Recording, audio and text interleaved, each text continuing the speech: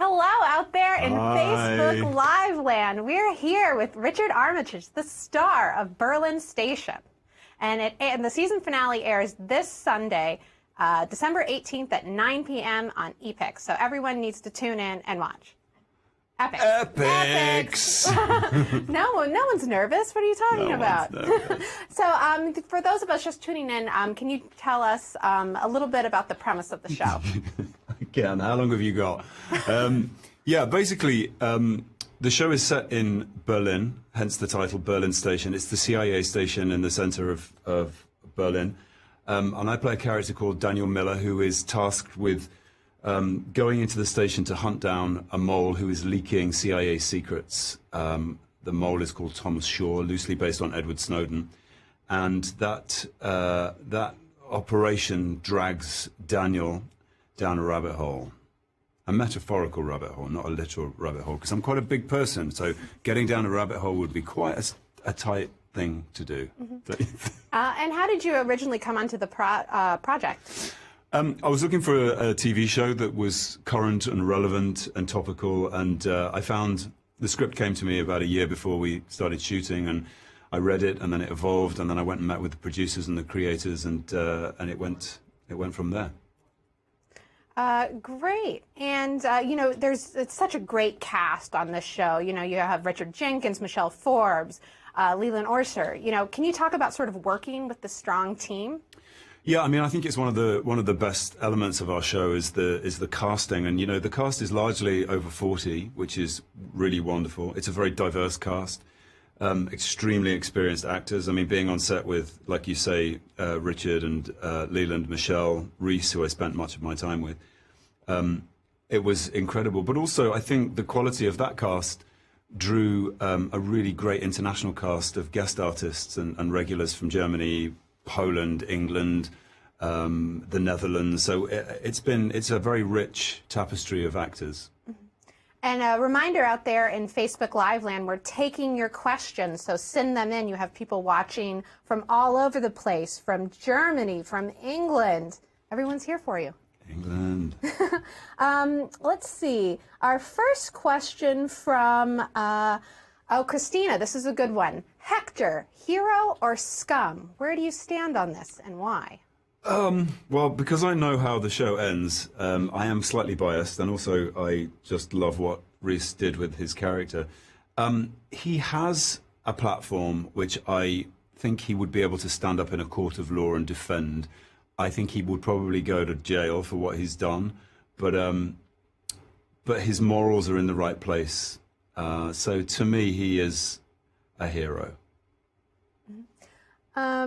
We have a question from Allison Rose. Why do you think Daniel let Hector escape? Is this strictly payback, or some level of sympathy, pity for the personal pain of what Hector went through, or a combination? I think, in a way, Daniel lets Hector escape almost as a kind of punishment, because I think the one thing that Hector is after is the completion of this circle, and in a way, by setting him free, he relinquishes himself of responsibility for having to deal with Hector, who he's bonded to. You know, it's his friend, but also at the same time, I don't think it's what Hector wants. I think Hector is he has a masochism in him, which is part of it. Mm-hmm. And you know, you mentioned there's such an interesting dynamic with Reese. You know, can you talk about working with him? Yeah, I mean, in a way, they're sort of opposite sides of the same coin, really. They were kind of melded in this event in Chechnya, whereby they became brothers. Daniel screwed up, and Hector covered for him, and 10 years later, they come back into each other's lives, and there is a kind of a burden and a friendship. But, you know, it was great fun to work with Reese. He's hilarious on set, despite the darkness of his character. I think it was, you know, a bit of a tonic for him. So, yeah, we had a lot of fun. Mm-hmm. Catherine has a good question. She says, since there are still questions about Daniel Miller's mother, how did you create a detailed backstory for Daniel? Was the process different than how you normally approach creating backstories?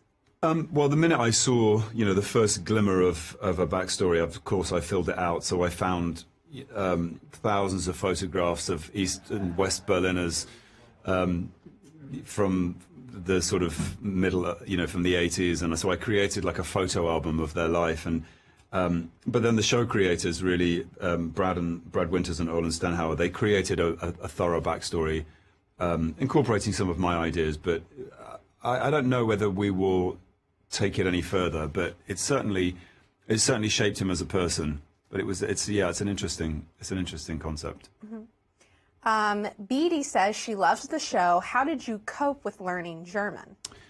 Well, I did about 25 hours of German lessons here in New York before I left. And then being around a German cast and crew, I was sort of picking it up by ear. But really, I had to learn my German scenes just by sound and almost parrot fashion. So it was repeating and repeating and repeating. But it was always fun to work with a German actor and deliver the dialogue and not see him flinch. So I kind of knew I was in the right place. Mm-hmm. And as everyone knows, the season finale airs this Sunday at 9 p.m. on Epix. We have people already looking to season 2. Anna wants to know if you think season 2 will explore any other capitals besides Berlin. It's always been talked about. I do think that we haven't finished with Berlin just yet, but I do know that you can't really tell a story about the CIA operation outside of the US without, being involved in other major capital cities. So it wouldn't surprise me to find ourselves in London or Paris or Munich. But we don't know yet. But there has been a story thread which I think is going to be used in season 2, which, let's just say, the current political situation in the US has given our writers a springboard for an awful lot of storytelling. Karen wants to know, is there a darker secret about Daniel that is yet to be revealed? There's quite a few dark secrets which we planted in the biography. Again, I shared that with our writers, and we'll find out whether any of it gets used. But we may have a long journey to go on, so wait and see. Julia wants to know, what was the greatest challenge for you while filming Berlin Station? I think shaping a character over 10 episodes whereby you're looking for that moment where your character launches. They call it breaking the story. That was tricky because, of course, Daniel is the eyes and ears of the audience, and so he's really following the action rather than being the instigator of the action. But at the same time, he's involved in it. So that was challenging. But I would probably say some of the German scenes, speaking German in front of Germans, was always a little bit of a challenge. Mm-hmm. There's a couple people complimenting your German on the chat. Thank you. Paris wants to know, would you be up for playing James Bond ever? I think I'm a little bit old to play James Bond. I think they probably need someone in their early 30s, but I wouldn't say no. Julie wants to know, will we ever find out what Daniel's true rank inside the CIA is? I don't know what Daniel's true rank inside the CIA was. The one thing I do know is that he was not behind a desk at Langley for 10 years like he said he was, and what was written in his file. Every operative has a file, and it says on paper that he was at Langley for 10 years, and we know that from the first second of the first episode that he's been in Panama. So that's not true. So his file is a fabrication. So anything is possible. Mm-hmm. And there's a bunch of people talking about your off-Broadway show, Love, Love, Love, currently at the Roundabout. Valerie says, given your flair for comedy, will you now seek out more comedic roles? My flair for comedy is kind of minimal. I think the flair for comedy came from the writer. So yeah, I mean, I'm not a natural comedian, but when the writing helps you out, then it's useful. But I have to say, it's been a real tonic. It's very different from what I usually do, and I've laughed every single day of doing this since we started on my birthday back in August. So yeah, it's been great. Well, and I got to see the play, and you play Kenneth at 3 different ages in his life, 19, 42, and 62. You know, how do you get into that mindset to take that sort of long journey over a 2-hour span?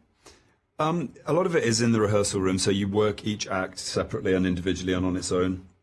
So you can come in on one day and you're only going to work on Act 2, so you sort of bed in your ideas at that point. But, you know, we have maybe a 10-minute break between acts, so it's really changing costumes, putting on a tie, combing your hair and walking on stage. And, you know, again, it's in the writing, it's in the set design, it's in the vocal tone that you take and the speed of the character, so the character slows down through 3 acts. Melanie wants to know, what's your favorite German food? My favorite German food, I guess, I think I'd have to say schnitzel. Yeah. I think that's German. It may be Austrian. Well, someone will But it's correct a us. massive piece of hammered meat that's been hammered, so it's this thin and then deep fried. Yeah. Mm-hmm. We have a lot of people asking about the Romeo and Juliet audiobook.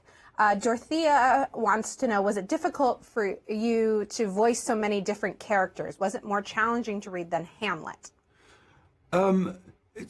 Not more challenging than Hamlet. I mean, it's just all about preparation. Like, you really have to read the book first and just make clear decisions about each character's voice, their age, whether they're, you know, their background, so that we can decipher. Sometimes a character will come in for one line and you just have to give them an identity. So, and also with Romeo and Juliet, having 2 families, which to differentiate between the 2 noble families from the same place was quite complicated. But it's just about making clear choices and committing to them. Alina wants to know, what's the greatest lesson you learned from Love, Love, Love? The greatest lesson I learned from I suppose myself as an actor is really allowing myself to be a vessel for the writing rather than trying to impose anything stylish or any kind of performance on top of the writing. Is just letting the writing do the work for me, because Mike Bartlett, our playwright, is a drummer, so the play is put together in such a rhythmic way, and he absolutely knows what that show should be. So that was kind of a lesson to me. Mm-hmm. And we have people asking about all sorts of different works from your career. Jan is a fan of Hannibal and wants to know about the false teeth, wearing them. How was it like to act with them?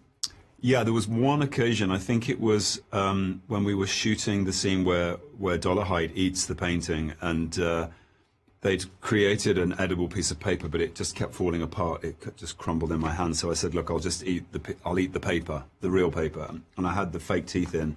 So I started chomping down on the paper, and it was kind of winter time, so I chapped lips, but basically it stretched my mouth so much that my lips were bleeding by the end of it. But it kind of works. It looks good on the film, but it's yeah, they weren't comfortable. Anne wants to know, did you keep any props from the Hobbit movies?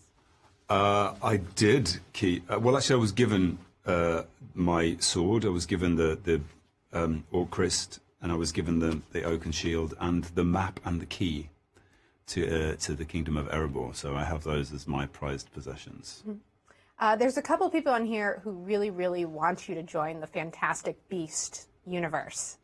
Are you a fan of Harry Potter? I am. Yes, I read all of those books as an adult, not as a kid, and you know, I'm taking my little nephew to see the stage play when I get back to London for Christmas. So yeah.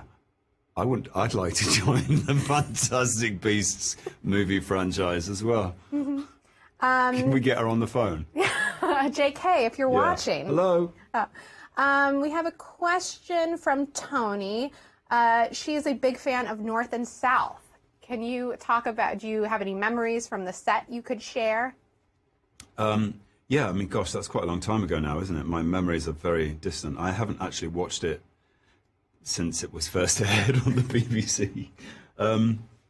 Yeah, I mean, one of the things that I do remember very clearly was a scene where Peter Greenhalgh, who was our lighting DOP, we were working in a factory, and he was trying to create this illusion of a snowstorm with cotton, and he didn't have a massive budget for the lighting, but at the moment we were shooting, the sun broke through the glass ceiling of the of the factory and just illuminated the whole room. And luckily the cameras were rolling because it was shot on film at that point, and it looked like he'd spent millions on lighting, and I've never seen a man more happy.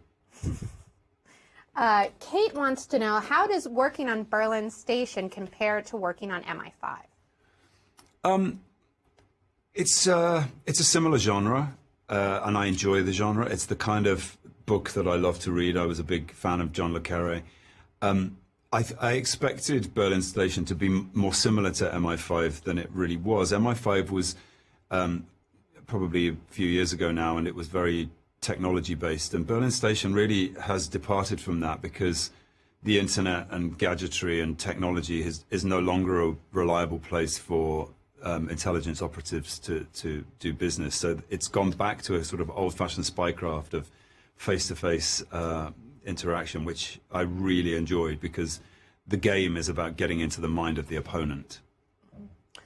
Rose wants to know about Love, Love, Love. Are you sick of eating cake and smoking herbal cigarettes? I'm definitely sick of smoking the cigarettes. The cake, I can't get enough of it in my mouth. I only just about get a chance to get one mouthful in, and sometimes when we leave the stage, I grab the plate and eat the rest of it in the dressing room. But definitely the herbal cigarettes, I'm done. I cannot wait to get my taste buds back. Valentina wants to know, if you could play any other character in Berlin Station, who would it be and why? Gosh, any other character in Berlin Station? You know what? I'm kind of happy with the lot that I got. I'm happy with Daniel. Yeah, that's a good answer. Yeah. Maybe Mr. Cat. Yeah. I could play Mr. Cat because he's only in 2 episodes and he gets to lie on his back all day. Mm-hmm. Paris wants to know. That's really his name, by the way. It's really, his name was Mr. Cat. Oh my goodness. Sorry, Paris, what were you saying? Harris wants to know, if you could pick a Harry Potter house to be sorted in, which would it be? People really want you to go to Harry Potter land. What's the... Gryffindor, Slytherin, Hufflepuff, and Ravenclaw. I think I might have ended up in Slytherin. Because I'm Slytherin. There's no shame in that. Yeah, sorry. Let's see. A lot of people are asking about Richard III. Yeah. You know, any status on that? Well, I believe Benedict has done an amazing job in The Hollow Crown, so I'll be watching that with green with envy. But no, it's supposed to be actually Caroline Goodall, who plays Kelly Frost. She plays Cicely Neville, the Rose of Raby in The Hollow Crown. So we were having a long conversation about it, and so I think check that out. That's the only update I have. Let's see. Brenda wants to know, is there a particular part of the world that you'd like to work in that you haven't yet? Yeah, I've visited South America, but I'd love to work in South America and Argentina, Chile. It's a part of the world that really fascinates me, because when you go to work, you get a little holiday as well. Yeah. Carrie wants to know, after that scene in Berlin Station with Mr. Cat, do you like cats a bit more? I'm still a dog kind of guy, really. That's okay. Cats are a little bit temperamental for me. They sort of do their own thing. They like you sometimes, and then sometimes they don't care about you. Whereas dogs are always very faithful and come wagging. If you could play any superhero, Marvel or DC, who would you choose and why? I would play the Invisible Man. Is that actually a real character? Have I just made that up? I'm sure someone has the power Mr. of Invisible. invisibility. Yeah. We have a question from Carol before we go to our wheel of live stream. If you have a really good question, get it in. Is there, you've done audiobooks like we've mentioned, Romeo and Juliet. Is there another book you're sort of longing to read? Yeah, actually, when Audible came to me and they gave me a selection to choose from, and I chose David Copperfield to my, it's one of my favorite books. It took 12 days. It's something like 36 hours long, if you can bear to listen for that long. But one of the other books that was also a possibility was a Dostoevsky book. I think it was The Brothers Karamazov, which I would love to have a crack at. So maybe we'll do that next. You know, as we know, the season finale airs this Sunday, the 18th at 9 p.m. on Epix. You know, Fernando wants to know, what do you hope will happen for Daniel in season 2? For Daniel and I hope that Daniel actually lives to see season 2, because I still don't know. I still don't know whether he survives or not. We saw him getting shot in the very first scene of the first episode, lying on the ground bleeding to death. I don't know whether he got up off the ground, but we'll find out on Sunday. Yeah. All right, we're going to bring in our wheel of live stream. We're going to ask you to give it a little spin. I know, don't be intimidated. Does that say donuts? What does it say? Oh, that's song. Song. Okay. So I just spin it. Yeah, just give it a spin.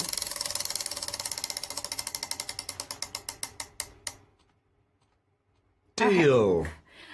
So deal is basically, we give you 2 options, right, and you know, you have to decide.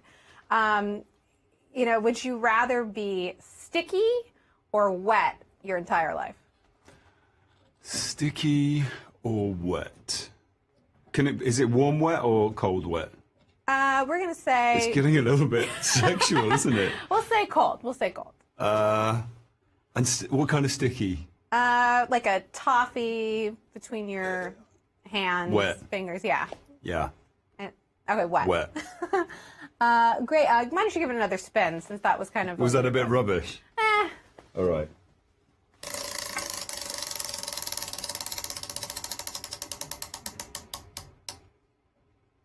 Okay, so that's story. Story. And so that, if you have a bad audition story, you can share with us. You do have a bad audition story, actually. I think I may have told this one before. I was auditioning for there's a kind of tropical fruit drink in England called Lilt, which is pineapple and something. It was a commercial casting, and with commercial castings, you sit outside and there's like a line of 50 guys that are all identical to you, and I'm at the end of the line, and I had to walk in, and they'd basically got a watermelon that they'd cut a hole in, and they asked me to kiss or snog make out with the watermelon, which involved putting your tongue into this hole, which I did, because you just do anything they tell you in a commercial casting. And then, of course, as I left the room, I realized there was only one watermelon, and there was like 50 guys outside the room, and I'm thinking, wait a second, so 50 blokes have just put their tongue in that hole of the watermelon. I mean, really. Health and safety. Yeah, well, that's the worst, best. It's not nice, is it? Worst it's not audition nice. story I think we've heard. But yeah, thank you so much for joining us. I didn't get the job either. I mean, that's probably the most unkindest cut of all. So guys, remember, Berlin Station, the season finale airs this Sunday at 9 p.m. on Epix. Tune in. Richard, thank you so much for joining us. Thanks for having me. Thanks, guys.